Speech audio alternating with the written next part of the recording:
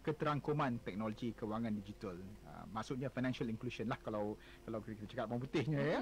Financial inclusion untuk memastikan yang saya katakan tadilah Makcik Kiah. Kalau selain daripada Makcik Kiah dapat latihan, dapat sokongan daripada kerajaan dalam digitalization, saya nak sebut pendigitalisasian, susah sikit kan. Untuk kita menjadikan Makcik Kiah ini digital, kita kena harus memastikan bahawa Makcik Kiah ini ada kewangan yang lebih mampan. Kewangan yang lebih mampan ini dia kena fikirkan tentang masa depan lah. Masa depannya untuk dia berupaya mendapatkan akses kepada capital. Tuan Nurhizam Abdul Kadir, Naib Presiden Bahagian Fintech dan Ekonomi Digital Islamic MDEC. Hadapi segala cabaran dan jangan mudah berputus asa. Dikala kita berusaha mendapati cabaran itu, disitulah masa depan kita. Bernama Radio, stesen berita bisnes anda. Dewasa ini, sama ada kita sedar atau tidak, lantaran terlalu leka dengan kehidupan harian, kita acap kali tersentak oleh pelbagai masalah kesihatan dan penyakit berjangkit yang semakin meningkat. Oleh itu, wajar untuk kita mengetahui apakah kepentingan penjagaan kesihatan diri. Ikuti program Doktor dan Kita setiap Khamis pukul 3.15 petang hanya di Bernama Radio, stesen berita bisnes anda.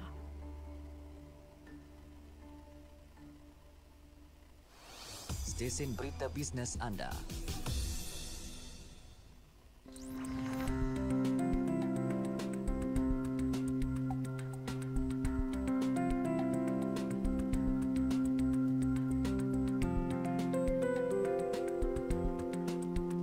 Bernama Radio, stesen berita bisnes anda. Ikuti podcast Bernama Radio di aplikasi Spotify dan follow kami di laman media sosial Facebook, Twitter dan juga Instagram. Kata cariannya adalah Bernama Radio. Dan waktu ini kita dalam program Grativet, yang diterbitkan oleh saya sendiri, Natasha Aimi, dan kita nak bincangkan satu topik yang menarik. Siapa kata ladies contractor, kontraktor wanita tak boleh buat tak boleh buat kerja-kerja kontraktor lah. Umpamanya macam tu kan. Dia kerja berat, dia kata tak boleh, perempuan dia lemah lembut gitu. Umpama dia macam tu kan. Jadi bersama-sama dengan kita dalam program Grativet pada minggu ini, pada hari ini kita bersama-sama Puan Nur Lela Adan yang merupakan pengarah Avella Powers dan Berhad, yang merupakan juga alumni di IKM Jasin dan IKM Kuala Lumpur dalam program separuh masa elektrik PSME, dan juga kita ada Puan Zahira Kariri yang merupakan pengarah urusan setia Madani Sdn Bhd dan juga merupakan alumni IKM Lumut dan KKTM Pasir Mas dalam bidang seni bina. Wah, menarik ni. Assalamualaikum kedua-duanya. Ya, baik. Terima kasih kita nak ucapkan kerana bersama dengan kami di Bernama Radio pada waktu ini. Okey, ini menarik ni topik ni ya. Kita tengok kan masih ramai yang beranggapan bidang TVET tidak sesuai untuk golongan wanita. Tetapi sebenarnya ia memberi peluang yang amat besar ya untuk golongan wanita membina empayar perniagaan dan kerjaya yang setanding dengan golongan lelaki. Jadi untuk hari ini ya, dalam program Grad TVET kita akan bersama-sama dengan dua wanita hebat ini dan kita nak dengarkan pengalaman mereka dalam dunia kontraktor. Dunia kontraktor ini. Kita nak tanyakan pada Puan Nur Lela. Kan sebelum kita nak tanya lebih mendalam lagi, kita nak tanya tentang topik kita hari inilah ya. Mungkin Puan boleh kongsikan kenapa dan bagaimana Puan boleh memilih. Tengok Puan Lela ni kecil je orangnya. Kecil sangat. Jadi kita nak tahu kenapa pilih program separuh masa elektrik PSME di IKM Jasin dan juga IKM Kuala Lumpur ni, Puan. Silakan. Assalamualaikum semua ya. Okey, kenapa saya memilih untuk belajar PSME ini, sebabnya saya bermula dengan company buka company elektrik ni tanpa ada kompeten. Tanpa ada pengalaman, tanpa ada pengetahuan dalam bidang electrical. Okey. So saya buka dahulu, selepas 13 tahun baru saya berpeluang sambung belajar. Wow, okey, itu lagi menarik. Dah buka 13 tahun baru belajar. Okey, apa dorongan yang mendorong apa perkara yang mendorong Puan Lela untuk buka dulu syarikat elektrik itu? Okey, saya bermula dengan tahun 2000 saya buka kontraktor civil dahulu. Okey, tahun 2003 suami saya dia nak buka company electrical. Jadi saya merealisasikan impian dia lah. bukakan company ni, and then tahun 2000 sampai tahun 2016 baru saya berpeluang untuk belajar lah. Okey, kita buka company tu, kita pakai kompeten orang lain untuk bukan syarikat tu. Masa tu di Johor, company saya ni baru 16 kontraktor elektrik sahaja di Johor. Sangat sedikit ketika itu. Ya, jadi nampak pasaran besar lah. Ya, Dia betul. civil kahwin dengan electrical. Ya, betul. Luar biasa ni. Kan? Okey. So jadi itulah sejarah pembinaannya. Betul. Okey, penubuhan syarikat elektrik untuk Puan Lela dan Puan Zahirah pula.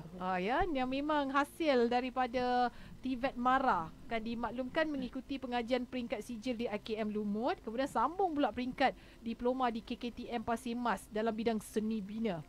Civil lah ni lah. Kan, jadi kita nak tahu juga kenapa memilih bidang ini dahulu, kita tak tahu. Okey. Assalamualaikum warahmatullahi wabarakatuh.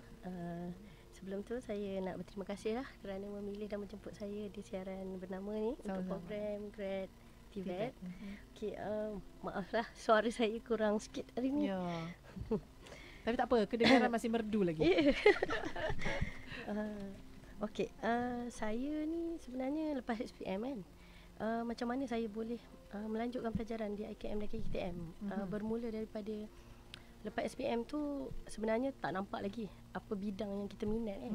Tapi disebabkan atas dorongan ahli keluarga, ada yang mencadangkan saya masuk ke IKM, mengambil jurusan seni bina. Saya mencuba. IKM Lumut saya mengambil jurusan sijil seni bina pada tahun 2004 hingga 2006. Seterusnya saya melanjutkan pelajaran diploma seni bina di KKTM Pasir Mas Kelantan dalam jurusan seni bina jugalah. Dekat IKM dan KKTM ni banyak kemahiran lah yang saya perolehi. Terutama dalam bidang seni bina ni. Mula-mula saya memang tak tahu apa basic lah tentang seni bina ni. Tapi makin lama dengan tenaga pengajar yang mencurahkan banyak ilmu kat sana tu, makin lama saya dapat menunjukkan bakat saya lah. Dalam bidang seni bina ni memang rasa sangat-sangat minat. Minat keluar kemudian Ya, betul.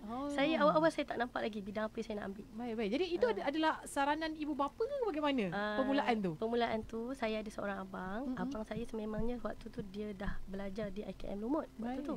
Jadi saya ni seorang yang penakut pada asalnya. Ada teman? Ya. Jadi seronok lah kalau ada adik-beradik sekali dalam IKM kan. Jadi itu yang membuatkan masuk ke IKM Lumut waktu tu. Dorongan abang saya. Ni yang memang selalu perempuan bancur tepung kan. Ni perempuan bancur simen. Okey. Sebabkan saya masa SPM ambil civil engineering juga sebenarnya. Oh, ya.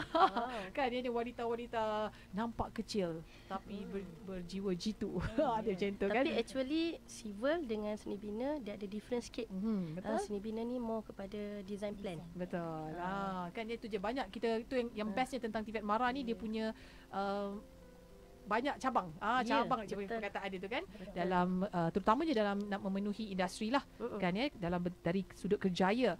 Okey, kita nak tanyakan kepada Puan Lela tentang program separuh masa elektrik PSME yang diikuti di IKM Jasin dan juga IKM Kuala Lumpur. Bagaimana selepas 13 tahun tadi kan dilihat sangat membantu dengan kerjaya ataupun perniagaan Puan Lela. Okey, saya ambil di IKM Jasin saya ambil A1, penjaga jentera A1. That means maksudnya talian atas lah, panjat tiang, everything tu semualah. Baik.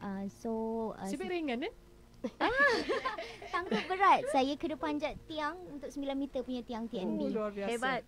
Hebat. Lah.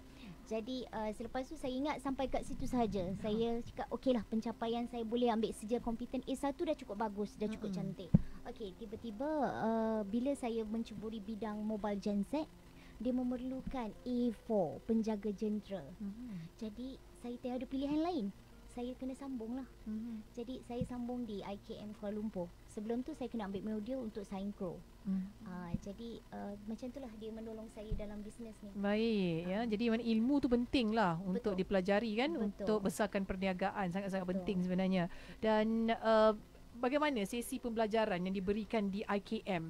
Kalau kita lihat macam dia nampak dengan jelas. Okey, masuk IKM So jadi ini yang memenuhi perniagaan ataupun kerjaya macam Puan Leila sendiri, bisnes aku perlukan ini. So terus je masuk IKM. Betul. Straight away kan? Betul. Yang ini lagi sangat memerlukan pengorbanan sangat besar sebab siang bekerja, malam kita belajar. Baik. So saya duduk di Batu Pahat dan ulang-alik ke Jasin, IKM Jasin. So daripada Isnin hingga Jumaat pukul 6 sampai pukul 12 malam dan pukul Sabtu Ahad 8 sampai 5. Itu dia kan, Isnin sepanjang minggu lah, setiap hari ada kelas Betul, ada sepenuh kelas. masa. Separuh masa. Oh, separuh masa pun hari-hari juga? Yes, hari-hari juga. Baik. Jadi highway tu dah kenal saya lah. Dia tak ada masalah dah. Dah tak ada masalah dah. Kereta rosak tepi tu dia dah kenal. Highway pun dah kenal lah. Macam tu lah. Okey, itu pengalaman Puan Leila. Dan Puan Zahira pula melihat kepada laluan pengajian daripada CJ, lepas tu pergi ke peringkat diploma kan dalam bidang seni bina di IKM, kemudian pergi ke KKTM pula. Kalau kita recap kembali lah, kita imbas kembali kan, apa yang menariknya tentang pengajian di sana ni? Okey. Yang paling best lah kenapa saya pilih IKM dan KKTM ni, dia tak macam institusi lain. Dia menjaga kebajikan pelajar-pelajar semualah.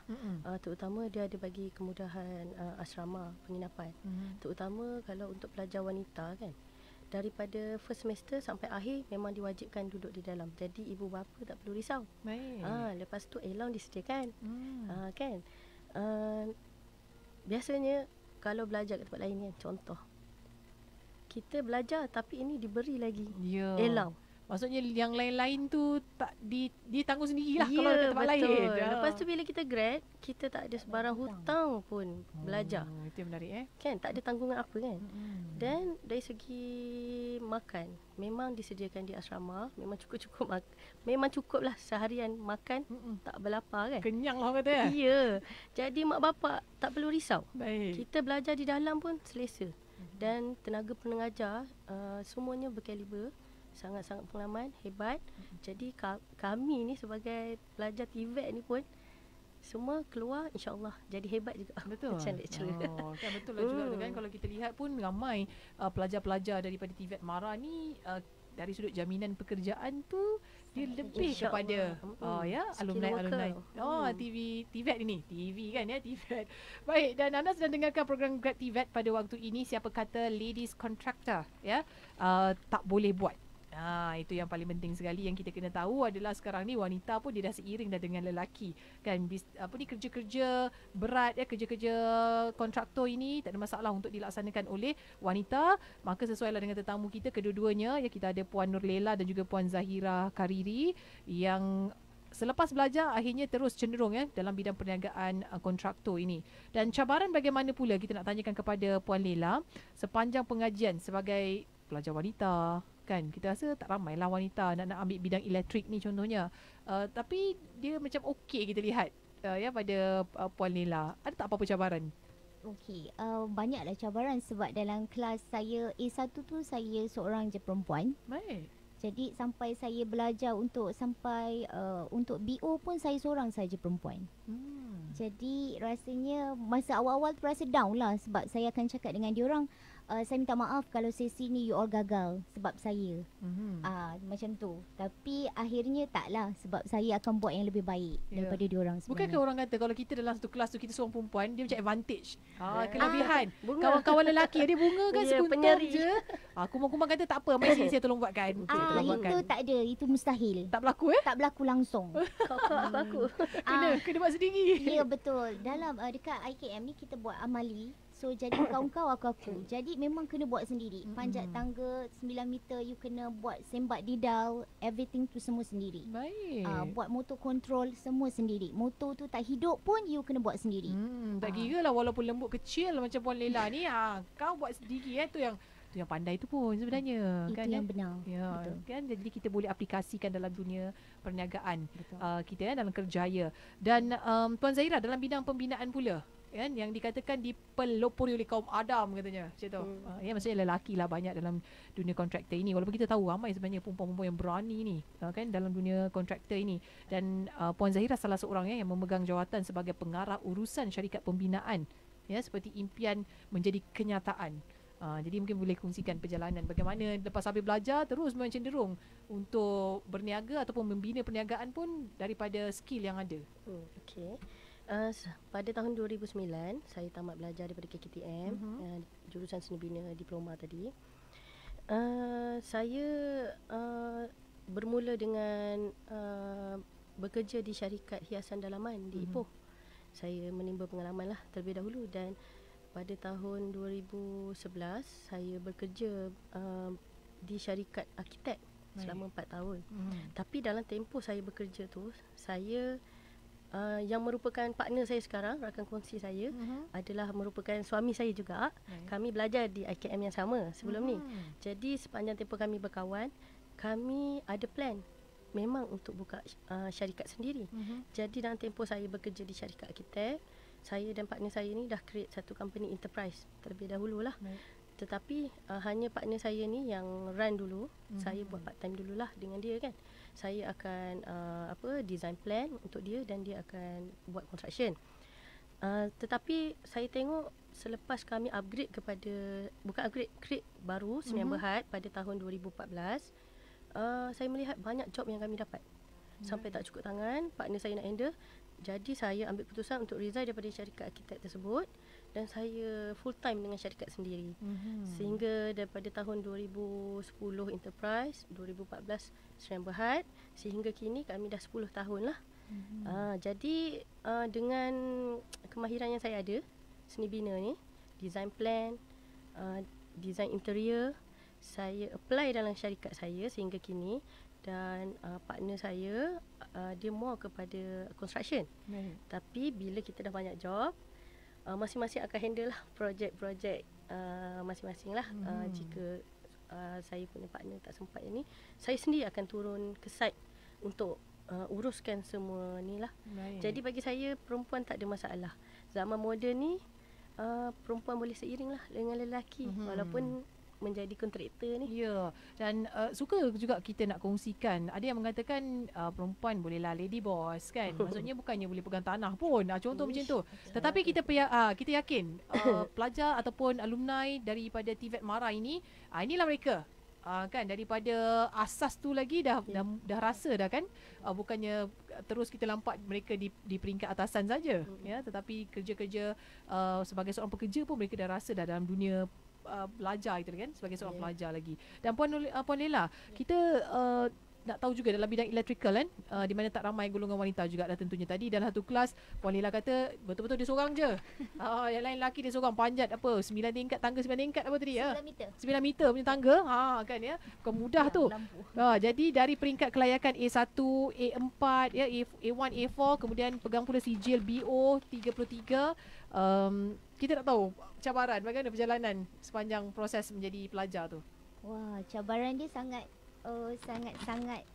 memerlukan pengorbanan lah sebenarnya. Sebab saya pun seorang ibu kepada 4 orang anak. Baik. Jadi full time untuk menjaga anak juga.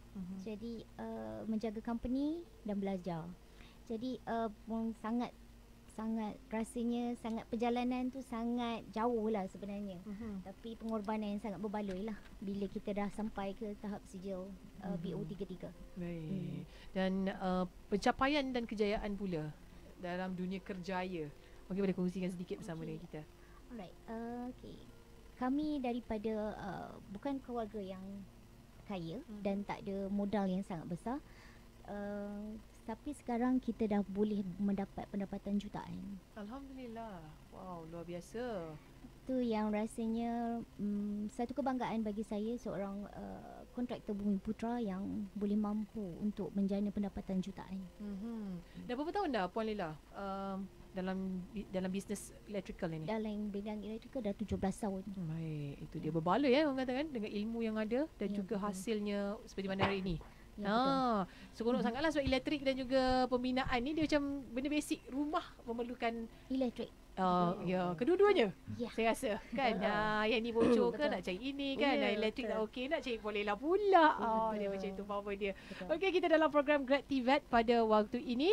Siapa kata ladies contractor tak boleh buat kerja. Kerja-kerja yang kononnya dikatakan dipelopori oleh kaum lelaki ataupun orang lelaki, tetapi kini kita lihat ramai wanita yang sangat-sangat berani untuk mengambil bidang elektrik dan juga bidang seni bina ini. Okey, dan kita akan berehat seketika pada waktu ini. Kejap lagi nanti kita banyak lagi soalan yang kita nak tanyakan kepada kedua-dua tetamu kita. Jadi terus sahaja dengarkan kami di Bernama Radio, stesen berita bisnes anda.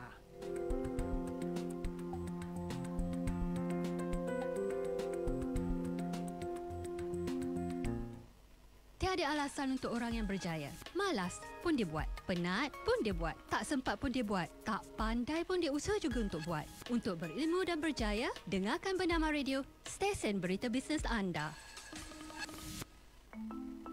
Demam denggi adalah sejenis penyakit jangkitan virus yang merebak melalui gigitan nyamuk Aedes aegypti yang telah dijangkiti. Marilah kita bersama-sama cegah pembiakan nyamuk Aedes. Caranya, 1. Pastikan takungan air pada alas pasu bunga dibuang dan dibersihkan setiap minggu. 2. Tutup semua bekas penyimpan air dengan rapat bagi mencegah nyamuk masuk dan bertelur. 3. Gantikan air dalam tempat takungan air seperti tempayan atau kolam mandi setiap minggu dan berus bekas dengan bersih sebelum mengisi air baharu. 4. Periksa saluran bumbung rumah setiap minggu, pastikan tiada air bertakung dan tidak tersumbat. 5. Pelihara ikan yang makan jentik-jentik seperti ikan gapi atau puyuh di dalam tangki simpanan air yang besar. 6. Gunakan bahan pembunuh jentik-jentik dengan sukatan yang betul ke dalam bekas simpanan air setiap 3 bulan sekali. Dan yang terakhir, kumpul bekas plastik yang tidak digunakan untuk digitar semula. Pesanan ini dibawakan oleh Bernama Radio, stesen berita bisnes anda.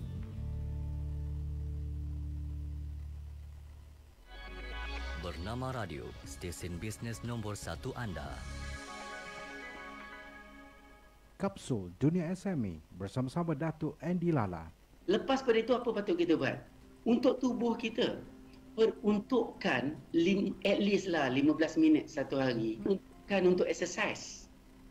Buatlah apa-apa exercise yang ringan ke dalam rumah pun boleh, luar rumah pun boleh, depan rumah pun boleh, dekat taman pun boleh. 15 minutes at least. Kalau boleh buat lebih cantik lah. 15 minit sekurang-kurangnya buat stretching misalnya.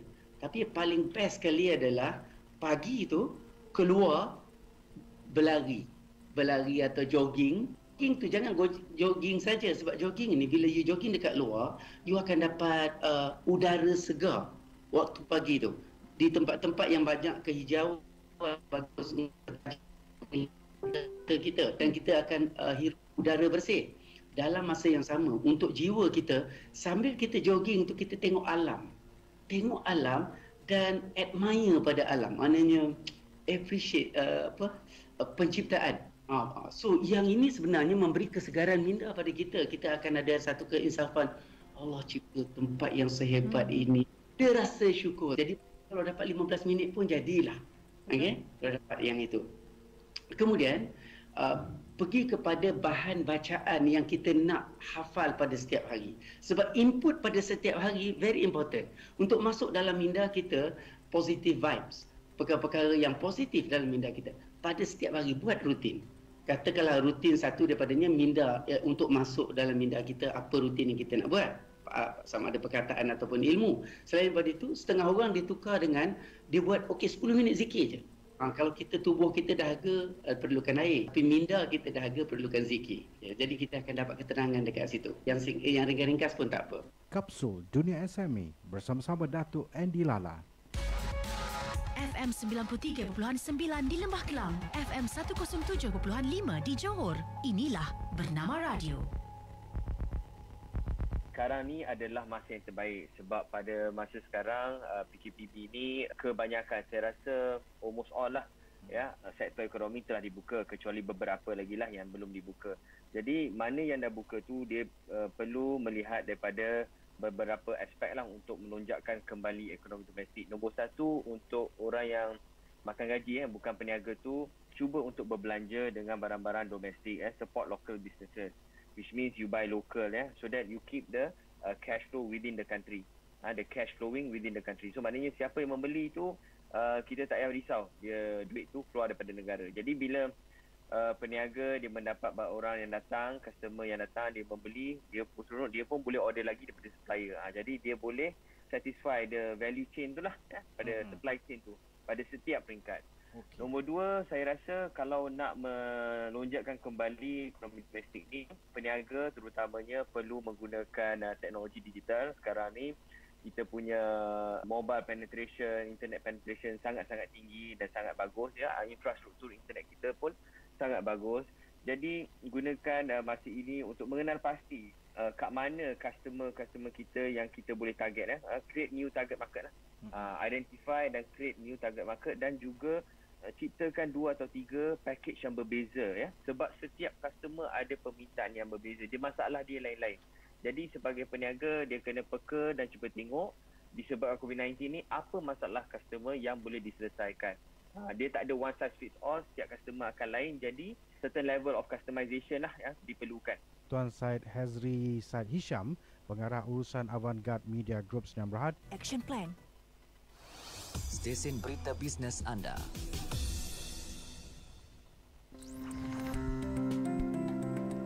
Ya, kembali waktu ini di bernama Radio Stesen Berita Bisnes Anda. Kita dalam program Grad TVET bersama-sama kedua-dua tetamu kita. Kita ada Puan Nur Lela Adan, pengarah Avella Power Sdn Bhd, dan juga beliau merupakan alumni IKM Jasin dan IKM Kuala Lumpur dalam program separuh masa elektrik PSME.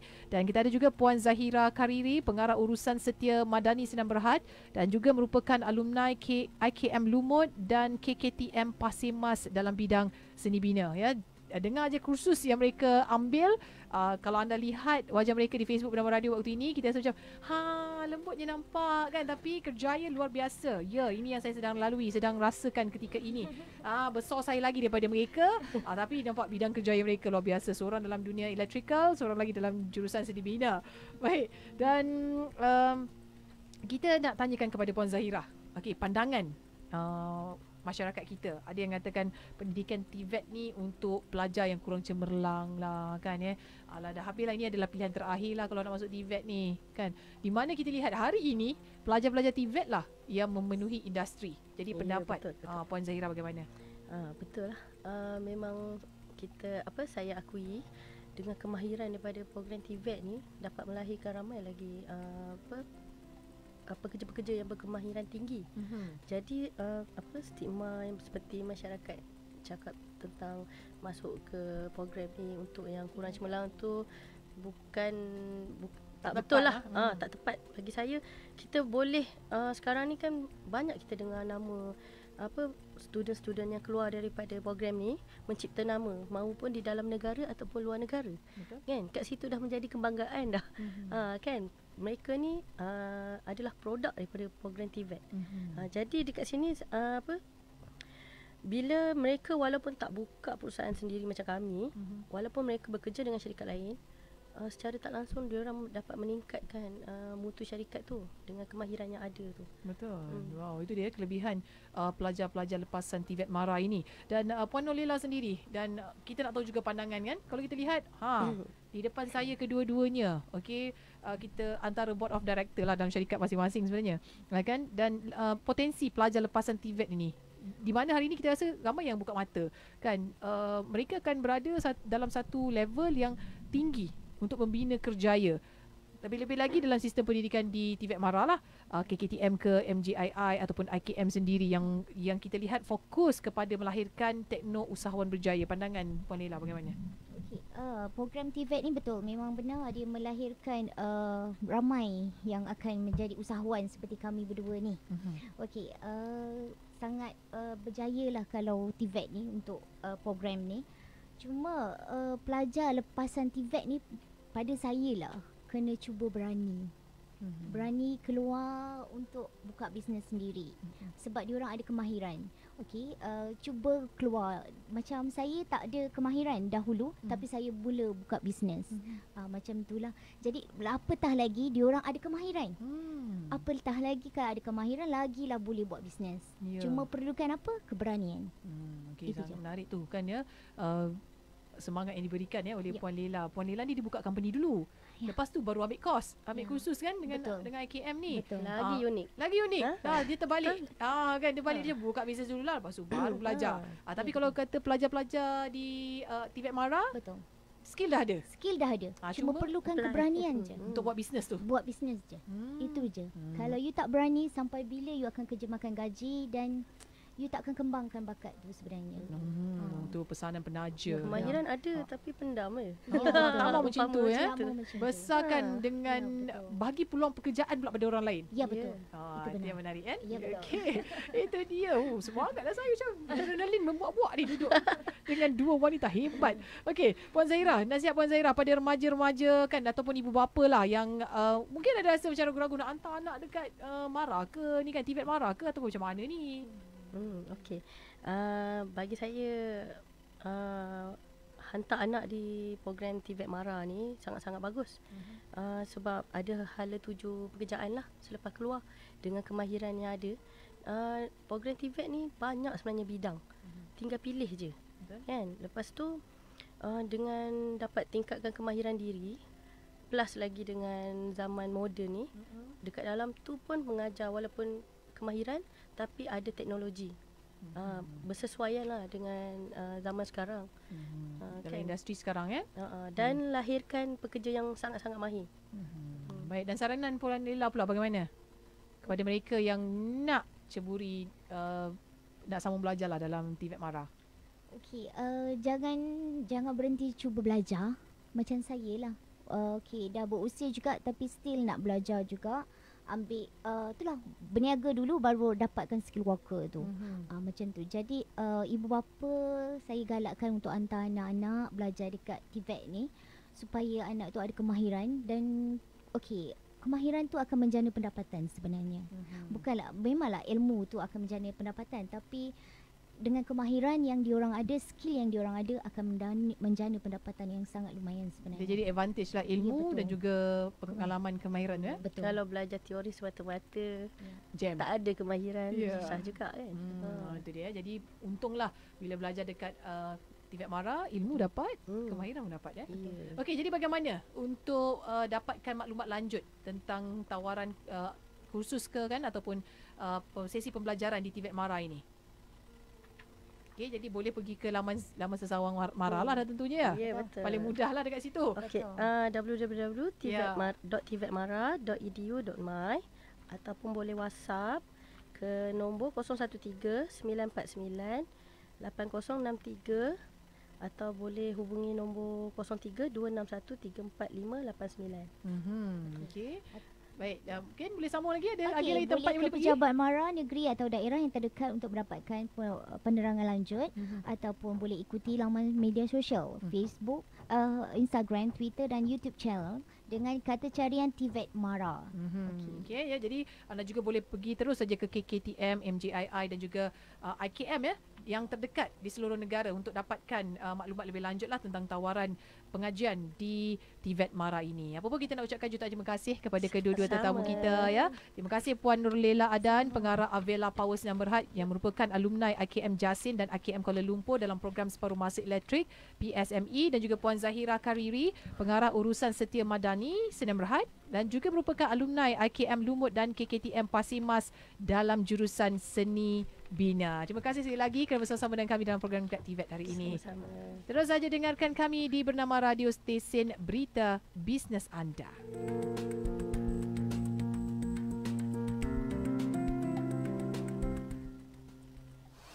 Stesen berita bisnes anda. Perintah Kawalan Pergerakan Pemulihan PKPP telah berkuat kuasa pada 10 Jun sehingga 31 Ogos 2020. Kita sebagai rakyat Malaysia hendaklah ambil tahu dan peka dengan keadaan sekeliling. Sentiasa mengamalkan 3W. Wash, cuci tangan anda sebelum dan selepas melakukan aktiviti. Wear, pakai pelitup muka jika anda berada di luar kawasan rumah, pusat beli belah dan tempat awam. Warn, amaran, jangan bersalaman atau elak bersentuhan. Sentiasa amalkan etika batuk dan bersin. Lakukan disinfeksi di sekitar rumah anda. Keluar jika ada urusan yang penting, dan jika anda mengalami gejala COVID-19, segera dapatkan rawatan di klinik yang berdekatan. Mari kita sama-sama putuskan rantaian COVID-19. #Kita Teguh, Kita Menang. Kearifan dan kepimpinan pemikiran di Bernama Radio, stesen berita bisnes anda. Kapsul Dunia SME bersama-sama Datuk Andy Lala. Yang paling penting peniaga kita fokus sekarang ini. Adakah mereka bersedia? Dalam hidup kita, dia bukan tentang adakah kita bersedia. Dia tentang kalau sesuatu terjadi pada kita, ada sama ada susah atau senang atau malapetaka atau apa saja datang pada kita.